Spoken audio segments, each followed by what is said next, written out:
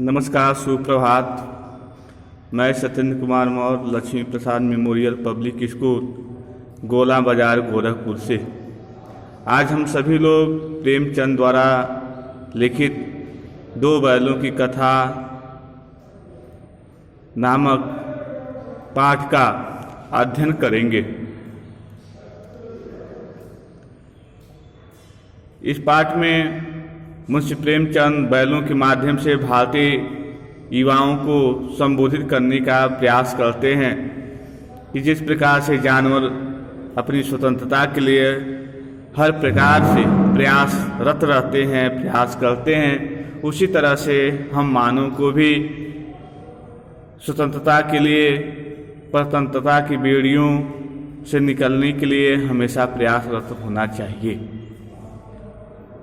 झूरी काछी जो एक मध्यवर्गीय किसान है, उसके पास दो बैल होते हैं, हीरा और मोती। दोनों बैलों में बड़ी सहानुभूति और एक दूसरे की मन की बात जानने के प्रति लगाव होता है। हीरा और मोती एक ऐसा भूसा भी खाते हैं, एक ही साथ बैठते हैं और एक दूसरे को अपने जिह्वा से स्पर्श करके और कभी कभी दोनों एक दूसरे से सींग भी मिला लेते हैं। इस प्रकार से दोनों के आपसी लगाव, आपसी जो व्यवहार और उसके कार्यकुशलता की गांव में बड़ी चर्चा होती है।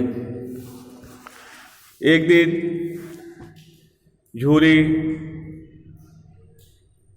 का साला, जिसका नाम गया होता है, वह उन दोनों बैलों को अपने खेती बाड़ी करने के उद्देश्य से ले जाता है। तो आइए देखा जाए इस भाग में झूरी का जो साला है गया इन बैलों के साथ किस तरह से जानवरों जैसा व्यवहार करता है। मुंशी प्रेमचंद जी इस अवतरण में यह बताने का प्रयास करते हैं। संयोग की बात, झूरी ने एक बार गोई को ससुराल भेज दिया। बैलों को क्या मालूम, गोई मतलब होता है बैलों के समूह को। बैलों को क्या मालूम कि क्यों भेजे जा रहे हैं, लेकिन दोनों एक दूसरे से मुख्य भाषा में कह रहे हैं कि मालिक हमें बेच दिए। अपना यूँ बेचा जाना उन्हें अच्छा लगा या बुरा कौन जाने। फिर बैल आपस में बात कर रहे हैं, मालिक हमें क्यों बेच दिए, हम काम भी करते थे, जो भी खाने पीने के लिए देते थे वो हम स्वीकार भी कर लेते थे। फिर एक दूसरे से यह भी कह रहे हैं कि यदि हमारे काम से मालिक संतुष्ट नहीं थे तो कुछ और काम ले लिए होते। कभी हम काम करने से तो पीछे नहीं हटे, फिर भी हमारे मालिक ने हमें क्यों बेच दिया। झूरी के साले गया को घर तक गोई ले जाने में दांतों पसीना आ गया। यह बैल जाना नहीं चाहते थे।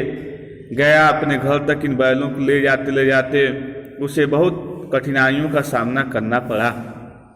पीछे से हाँकता तो दोनों दाएं बाएं भागते, पगैया पकड़ के आगे से खींचता तो दोनों पीछे को जोर लगाते, मारता तो दोनों सींग नीचे करके हुकारते।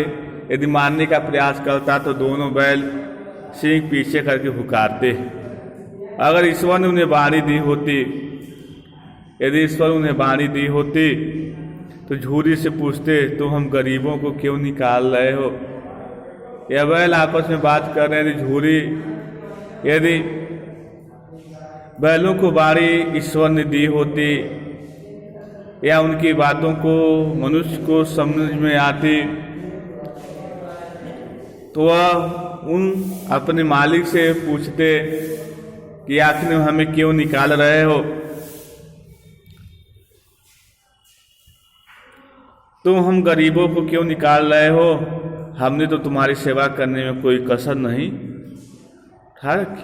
अगर इतनी मेहनत से काम न चलता था, हमारे कर्तव्य निष्ठा से तुम प्रसन्न नहीं थे, तो काम ले लेते और काम बढ़ा देते, हम पीछे नहीं हटते। हमें तो तुम्हारी चाकरी में अर्थात तुम्हारी नौकरी में मर जाना कबूल था। हम लोग तो तुम्हारे यहाँ काम करते करते मर जाना ही कबूल कर लेते। इतने हमने कभी दाने चारे की शिकायत नहीं की। तुमने जो कुछ खिलाया वह सिर झुकाकर खा लिया। फिर तुमने हमें इस जालिम का हाथ क्यों बेच दिया? अर्थात दोनों एक दूसरे को संबोधित करते हुए कह रहे हैं, जो भी खिलाया वो हम स्वीकार कर लिए, जितना काम कराया उतना हम काम कर लिए। हमारी तो यही अभिलाषा थी कि तुम्हारे यहाँ ही काम करते करते हमारे जीवन का अंत हो जाए, लेकिन फिर भी तुमने इस निर्दयी व्यक्ति के हाथों हमें बेच दिया। संध्या समय दोनों बैल अपने नए स्थान पर पहुँचे। संध्या हो चुकी थी, यानी शाम का समय हो चुका था। गया उन दोनों बैलों को अपने घर शाम होते होते लेके पहुंच गया। दिन भर के भूखे थे, लेकिन जब नाद में लगाए गए मारे बहुत भूख लगी थी, लेकिन फिर भी नाद में लगाए गए तो एक ने उसमें मुंह न डाला। लेकिन इन बैलों को अपने पुराने मालिक के प्रति इतनी क्रोध थे कि एक ने भी उस नाद में मुंह नहीं डाला। फिर दिल भारी हो रहा था, जिसे उन्होंने अपना घर समझ रखा था, वो आज उनसे छूट गया था। जहाँ पर इतने दिनों तक रहे, आज वही घर उनसे छूट गया। यह नया घर, नया गांव, नए आदमी उन्हें बेगाने से लगते थे, और ये नए गांव, नए आदमी, नया गांव उन्हें बेगाने सा लगता था। दोनों ने अपनी मूक भाषा में सलाह की, एक दूसरे को कनखियों से देखा। प्रेमचंद जी बताते हैं, दोनों बैल आपस में बातचीत कर रहे हैं, एक दूसरे के कनखियों नज़रों से देख रहे हैं और लेट गए।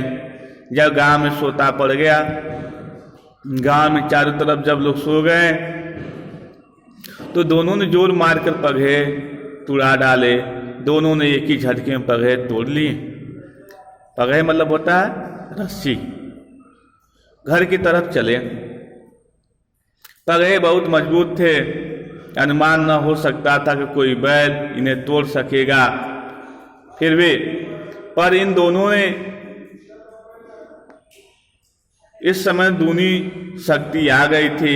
एक एक झटके में रस्सियां टूट गईं। ऐसा लगता है जैसे पुराने मालिक का जो प्रेम है, उस प्रेम ने उनके अंदर एक उत्साह भर दिया और दोनों रस्सियां तोड़ के एक ही झटके में वहां से निकल चुके। झूरी पातक का सोकर उठा। झूरी यह सोच रहा, जाए हमारे बैल तो है नहीं, गए हैं ससुराल, तो लाओ थोड़ा देर तक हम सोएं। तो उठा तो देखा दोनों बैल चन्नी पर खड़े हैं। देखा दोनों बैल फिर चन्नी पर खड़े हैं।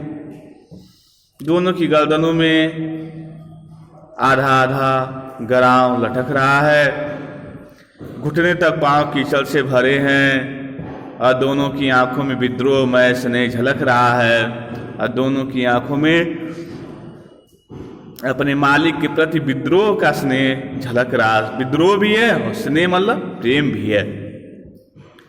झूरी बैलों को देखकर स्नेह से गदगद हो गया, प्रेम से गदगद हो गया, दौड़ के उन्हें गले लगा लिया, और प्रेमालिंगन और चुंबन का यह दृश्य बड़ा ही मनोहर था। और एक मनुष्य और एक जानवर का इस तरह से मिलाप देखने में बड़ा मनोहारी लगता था। घर और गांव के लड़के जमा हो गए, तालियां बजा बजा कर उनका स्वागत करने लगे। गांव के इतिहास में यह घटना अभूतपूर्व न होने पर भी महत्वपूर्ण थी। बाल सभा में निश्चय किया, दोनों पशु वीरों को अभिनंदन पत्र देना चाहिए। बाल सभा छोटे छोटे बालकों ने विचार किया कि इन दोनों बैलों को अभिनंदन पत्र देना चाहिए। कोई अपने घर से रोटियां लाया, कोई गुड़, कोई चोकर, कोई भूसे, और इस तरह से सभी लोग अपने अपने घर से उन बैलों को खाने की कुछ न कुछ व्यवस्था किए। एक बालक ने कहा, ऐसे बैल किसी के पास न होंगे। एक बालक ने बैलों की विशेषताओं को बताते हुए कहा, ऐसे बैल शायद ही किसी के पास होंगे। दूसरे ने समर्थन किया, इतनी दूर से दोनों अकेले चले आए। तीसरा बोला, बैल नहीं है, वे उस जन्म के आदमी हैं। कहते हैं बैल नहीं है, उस जन्म की क्या है, आदमी है। इसका प्रतिवाद करने का किसी को साहस न हुआ। झूर की स्त्री ने बैलों को द्वार पर देखा तो जल उठी।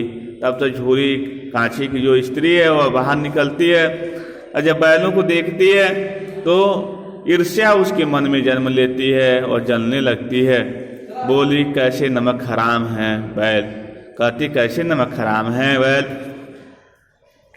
एक दिन वहाँ काम न किया, भाग खड़े हुए, और इस तरह से एक दिन भी वहाँ के काम को नहीं संभाले और भाग के खड़े हो गए। झूरी अपने बैलों पे आक्षेप न सुन सका। नमक हराम क्यों है, चारा दाना न दिया होगा। झूरी कहता, नमक हराम कैसे हैं, चारा दाना नहीं दिया होगा तो क्या करते, तो क्या करेंगे, भागेंगे नहीं तो क्या करेंगे। स्त्री ने रोब के साथ कहा,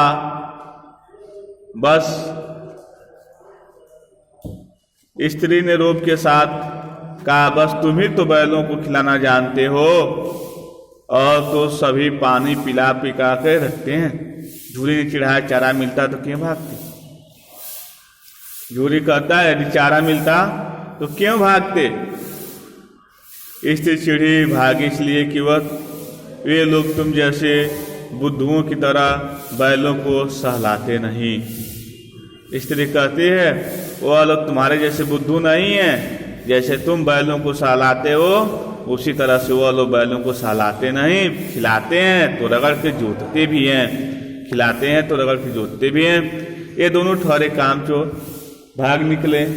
ये दोनों ठहरे कामचोर भाग निकले।